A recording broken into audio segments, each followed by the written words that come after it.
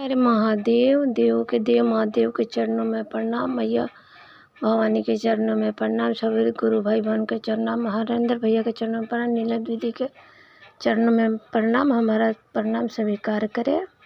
मैं आप लोग के साथ आज एक कहानी बोलने जा रही हूँ। एक गांव में एक बूढ़ी माता रहती थी। उनके 3 पुत्र थे। वो उनका दिन अच्छा तरह से कट रहा था, लेकिन वो बूढ़ी हो गई थी। अब उनसे काम ज़्यादा नहीं हो पाता था। तो एक दिन चर्चा में वो बहुत जाती थी, शिव गुरु को बहुत मानती थी। जब भी आस पड़ोस में चर्चा होता वो ज़रूर जाती। तो एक दिन चर्चा में गई थी और उदास मन से बैठी थी। तो उनसे पूछे, गुरु भाई बहन पूछे, गुरु बहन लोग पूछे कि आखिर आप माताजी क्यों उदास बैठी हैं, गुरु बहन क्यों उदास बैठी हैं। तो बूढ़ी माता बोली कि देखो, अब मेरे से काम घर का नहीं होता है, मन दुखी रहता है, क्या करे क्या ना करे। तो दूसरी गुरु बहन लोग सलाह दी कि आप अपने बड़े लड़के का शादी करवा दीजिए, घर में बहू आएगी तो कामकाज करेगी। तो बूढ़ी माता बोली कि चलिए ठीक है, ऐसा ही करेंगे। घर जाके उन्होंने अपने सारे रिश्तेदार नाते को सबको खबर की, नाते रिश्ते में, कि मुझे अपने बड़े लड़का के लिए रिश्ता चाहिए, मुझे शादी करना है। तो उनके लिए रिश्ता आया। जब रिश्ता आया तो बूढ़ी माता बोली कि मैं 2 लाख रुपया दहेज लूँगी, क्योंकि मैंने अपने लड़के को बहुत कष्ट करके पाला है, बहुत पैसा खर्च किया है, इसलिए मैं 2 लाख रुपया दहेज लूँगी। लड़की वाला मान गया, शादी हो गया। जब बहू आ गई घर, तो दूसरे दिन भी माता जी ही सुबह उठ के झाड़ू कर रही हैं, बर्तन कर रही हैं, खाना बना रही हैं। वो बहू उठ ही नहीं रही है। तो फिर 2-3 दिन के बाद बगल में चर्चा हो रहा था, तो गई माता जी, बूढ़ी माता।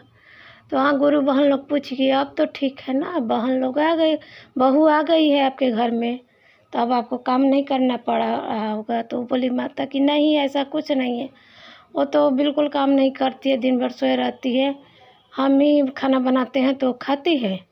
तो गुरु बहन लोग सिखाई कि आप उससे पूछिएगा कि ऐसा क्यों करती है। तो बूढ़ी माता बोली ठीक है, आज पूछेंगे। घर गई, चर्चा ख़त्म हुआ तो घर गई तो उन्होंने जाके पूछा बहू से, अच्छा बताओ, ऐसा क्या बात है कि तुम ना हमको सेवा करती हो, ना घर का काम करती हो, कुछ भी नहीं करती हो, ऐसा क्यों करती हो। तो बहू बोली कि मेरे बाप ने 2 लाख रुपया दिया है दहेज, तो मैं 2 साल तक कुछ नहीं करूँगी, 2 साल तक बिल्कुल आराम करूँगी, बैठूँगी, 2 साल के बाद काम करूँगी, ऐसा बहू ने जवाब दिया। फिर बूढ़ी माता फिर से उदास रहने लगी। फिर कुछ दिन के बाद चर्चा होने लगा। बूढ़ी माता गई चर्चा में, उदास होकर ही बैठी थी। तो गुरु बहन लोग फिर पूछी कि अब क्या बात है, आपकी बहू आ गई फिर भी उदास रहती है। तो बोले कि बहू आ गई है, लेकिन वो कुछ भी काम नहीं करती, सारा काम मुझे ही करना पड़ता है। तो गुरु बहन लोग सिखाएं कि अच्छा, दूसरा लड़का का शादी कर दीजिए, वो आएगी तो आपको करेगी। बूढ़ी माता ने वैसा ही किया। घर जाके सब नाते रिश्तेदारी में खबर भिजवाई कि दूसरा लड़का वाला का शादी करना है। आए शादी के लिए। तो आए तो जब माता बोले कि अरे इसको तो और मैंने कष्ट दुलार प्यार से पाला था, इसको तो इसके लिए मैं 4 लाख रुपया लूँगी। लड़की वाले बोले कि मैं 4 लाख रुपया दहेज लूँगी। तो वो लोग, लड़की वाला तैयार हो गया, शादी हो गया, 4 लाख रुपया दहेज दे दिया। वो भी बहू आई तो वैसे ही कि ना काम करती थी, ना कुछ दिन सोए रहती थी। फिर माता, बूढ़ी माता आई चर्चा में, तो वो लोग फिर पूछी कि आप ऐसा क्यों उदास हैं, दूसरी बहू भी काम नहीं करती है तो आप पूछिएगा कि क्यों ऐसा करती है। जब चर्चा में से गई बूढ़ी माता घर, तो जाके पूछने लगी, अच्छा बताओ बहू, बड़ी वाली तो नहीं करती है, तुम क्यों नहीं काम करती हो, ना मेरा सेवा करती हो, ना कुछ करती हो। तो वो भी जब आई तो उसको भी पता चल गया था कि 2 लाख इसके बाप रुपया दहेज दिया था, इसलिए 2 साल काम नहीं करेगी। तो वो बोल रही है कि जब इसके पिताजी 2 लाख दिए तो 2 साल काम नहीं करेगी, मैं तो 4 लाख रुपये दहेज लेके लाई हूँ, तो मैं 4 साल काम नहीं करूँगी। अब ये सुन के बूढ़ी माता ने अपना सिर पकड़ लिया। फिर वही बूढ़ी माता सारा काम घर के कर रही थी। फिर एक दिन चर्चा में गई और वैसे ही उदास होकर बैठी थी।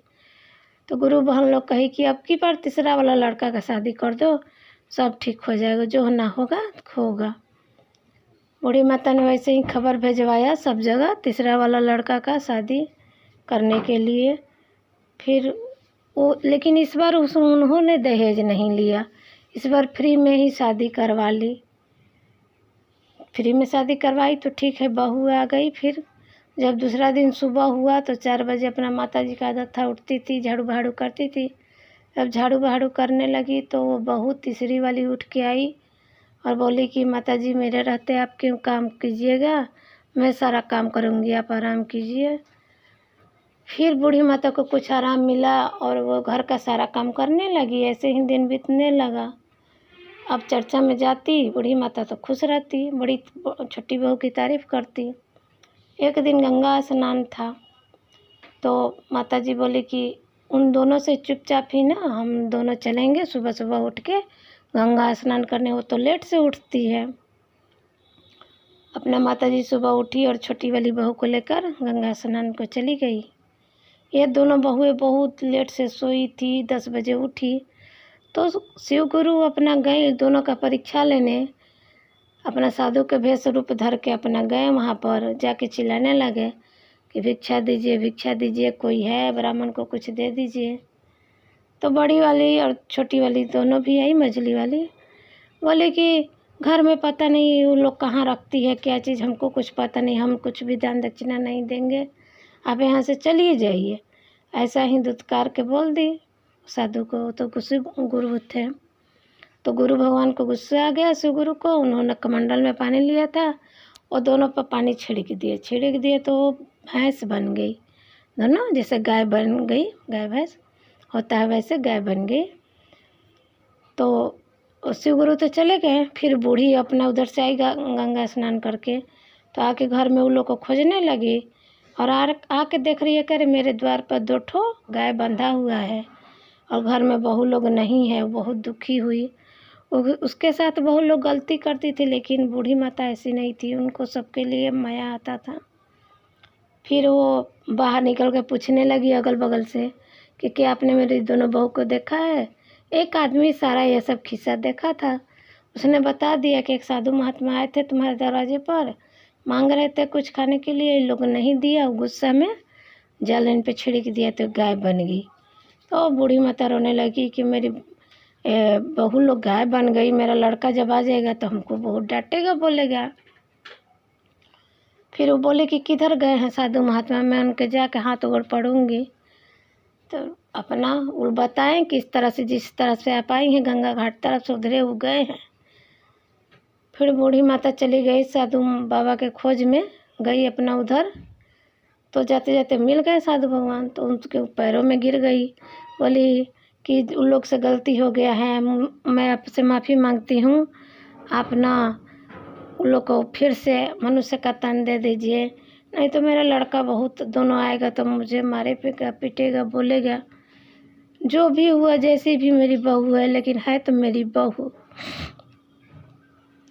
शंकर भगवान तो बूढ़ी माता से प्रसन्न ही थे, वो बहुत चर्चा करती थी, जाती थी। उन्होंने कहा कि चलो ठीक है, उन दोनों को ठीक कर देते हैं। आए और फिर कमंडल से पानी निकाल के वापस उस पर छिड़क दिया।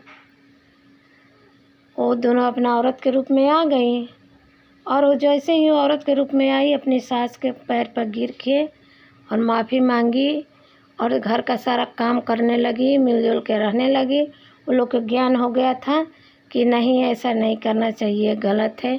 और वो लोग भी शिव चर्चा में जुड़ गई।